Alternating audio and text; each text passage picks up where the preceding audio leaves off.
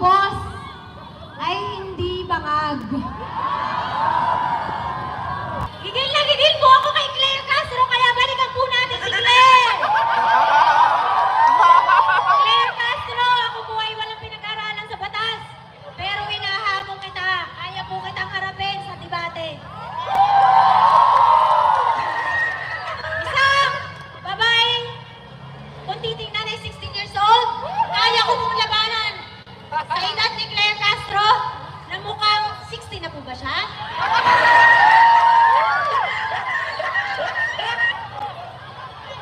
Senior, ilang taon na po ba si Claire Castro? 75! Imagine nyo, nung mga panahong napanood ko po yung video, sinabi ni Marcos sa isang interview, napakayabang ng bangag. Sinabi niya tayo daw ay hindi na tayo under ng jurisdiction ng ICC. Subalit natapwat! Anong ginawa niya? Hindi niya kaya ang mga Duterte. Kaya pinalabas niya na ang ICC, Quezon Herodes na ang Interpol daw, ang may gawa ng lahat. Pero may nakita ba kayong kahit isang Interpol nung panahong dinakip si Presidente Duterte? Oh my God! Pero lahat po nang lalabas sa aking bibig ay ngayon pa lang po yung pinagpapaumanhin ko dahil ito po ay galing sa aking puso at personal ko po itong opinyon. Pero po bago ang lahat, gusto ko po munang tanungin ng ating mga kapulisan, kumain na po ba kayong lahat? Wala po ba kayong break time? Hindi po ba kayo iniisip ng inyong presidente? Kawawa naman po kayo! Ang inyo pong presidente ay nagpapahinga at may magandang buhay sa palasyo habang kayo dito ay nagugutom. May baon po ba kayo? Baka may sobra po tayong pagkain, i-share po natin sa ating mga kapulisan. Dahil yan po ang tinuro ni Tatay Digong, ang mahalin po natin ang ating kapwa, lalong-lalo na ang ating mga kapulisan.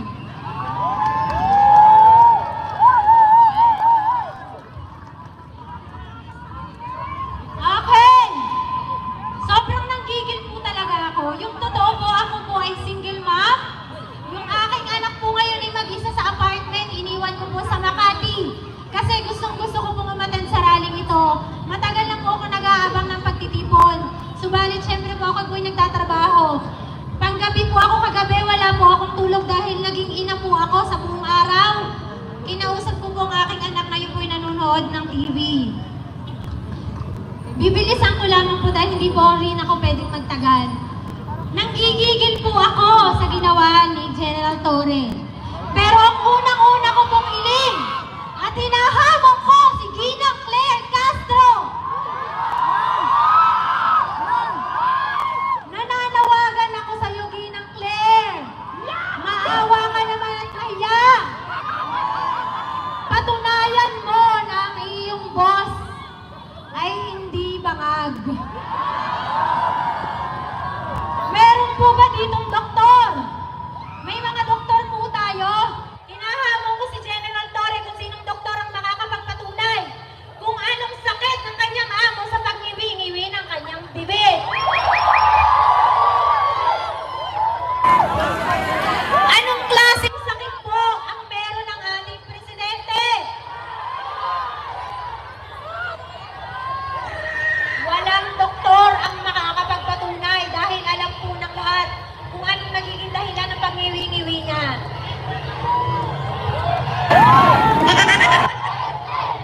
Duterte! Duterte! Duterte! May mga bagong dating po tayo.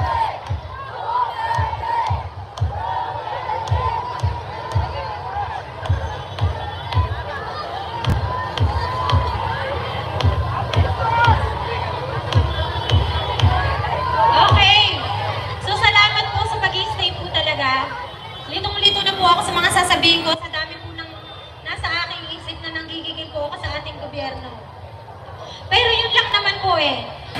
Magpatunay kayo na may sakit po si Presidente Marcos kung bakit po nginiwi-ngiwi siya.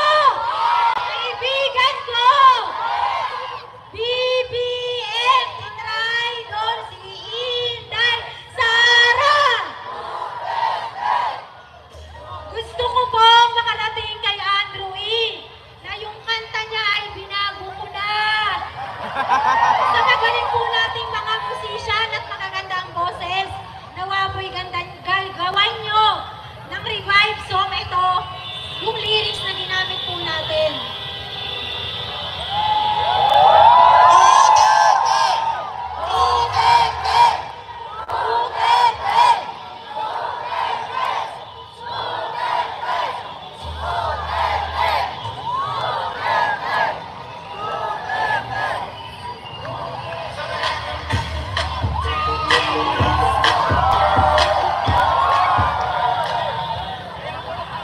Okay!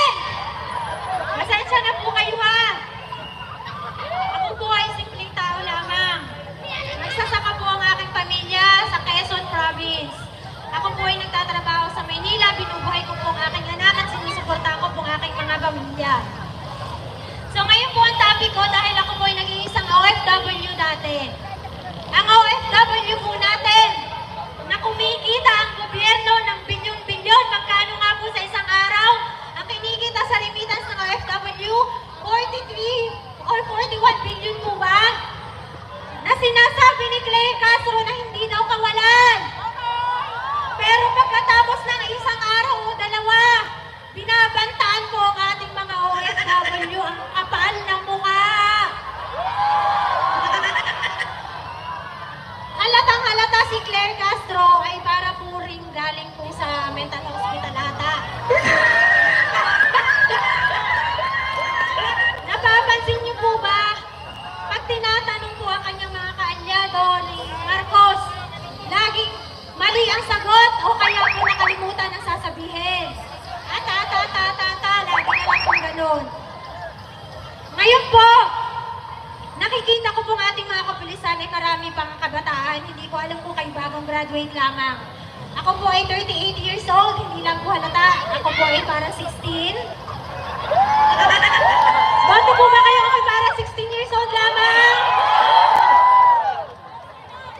Okay, sa ating mga kapulisan, nung si Pangulong Duterte ay nasa serbisyo, hindi ko alam kung naranasan nyo ang kanyang pamumuno.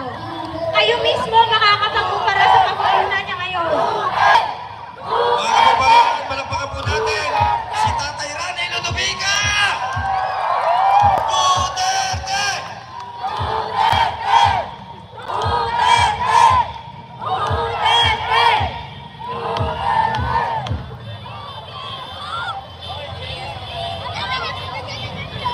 Okay! O, tingnan niyo po muna isang 16 years old. Mag-focus po muna kayo sa isang 16 years old. Opo. So ngayon po itutuloy ko yung sa pamumuni ni Tatay Digong.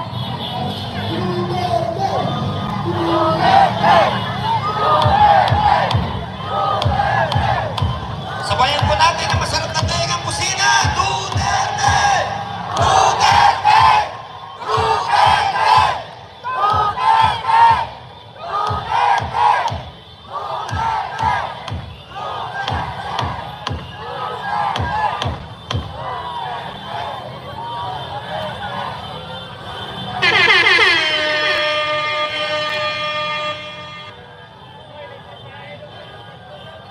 Okay. Gigil na gigil po ako kay Claire Castro, kaya balikan po natin si Claire. Claire Castro, ako po ay walang pinag-aralan sa batas. Pero hinahamon kita. Kaya po kitang harapin sa debate. Isang babaeng kung titingnan ay 16 years old, kaya ko pong labanan. Sa edad ni Claire Castro, na mukhang 60 na po ba siya?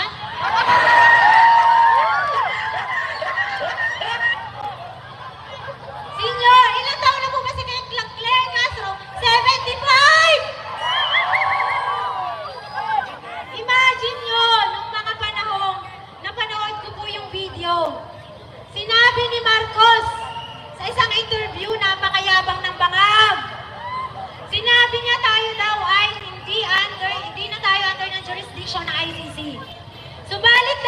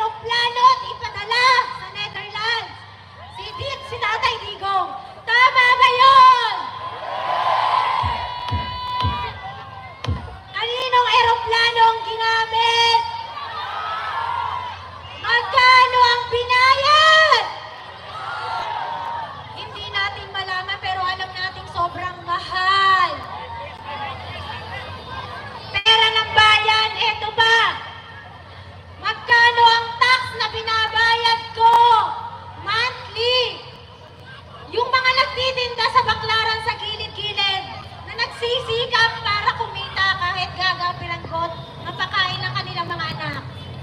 Ipinamimigay ng mga buhayang politician. Ginagawang ayuda ngayon at ginagamit para makakuha ng boto. Tama ba yun? Sobrang nakakasama ng loob. Single mom ako, nagtatrabaho, nag-OT. Lahat ng OT ko napupunta sa tax. Hindi ka makakatanggi, automatic na kinukuha ng gobyerno ang pera ng mga nagtatrabaho. Pero yung mga mayayamang kamag-anak ng kapitan sa barangay na may sasakyan, masarap ang buhay, kasama sa listahan ng mga ayuda, akap at kung ano-ano pang kalokohang pinamimigay nila. Nakakahiya ang gobyerno na meron tayo ngayon. Pag hindi ka kabateng ng tagalista, hindi ka kasama sa listahan, samantalang yung ayos lang na tayo ay tumulong. Pero sana yung binibigyan ng pera ng gobyerno, yung nakikita nating mga taong nagsisikap, pero talagang walang-wala pa rin sa buhay. Ang masakit kasi, yung mga taong meron naman, sa isang pamilya, saksi ako sa aming probinsya, 2-3 miyembro ng pamilya ang kumukuha lagi ng ayuda. Samantalang tayong mga nagtatrabaho, automatic na kinakaltasan ng ating tax. At sa inyong mga kapulisan, congratulations sa dinagdag na sahod sa inyo. Magkano isang araw? 250 times 30 days. Nakakahiya dahil binigyan lang kayo ng dagdag sahod. Pagkatapos, tuparin at isa katuparan ang mga plano nila na patalsikin o paalisin sa bansa natin ang ating Tatay Digong. Hindi ba kayo nahihiya? Natatanggapin nyo ang dagdag sahod na yon dahil may ginawa ang inyong amo na si General Torre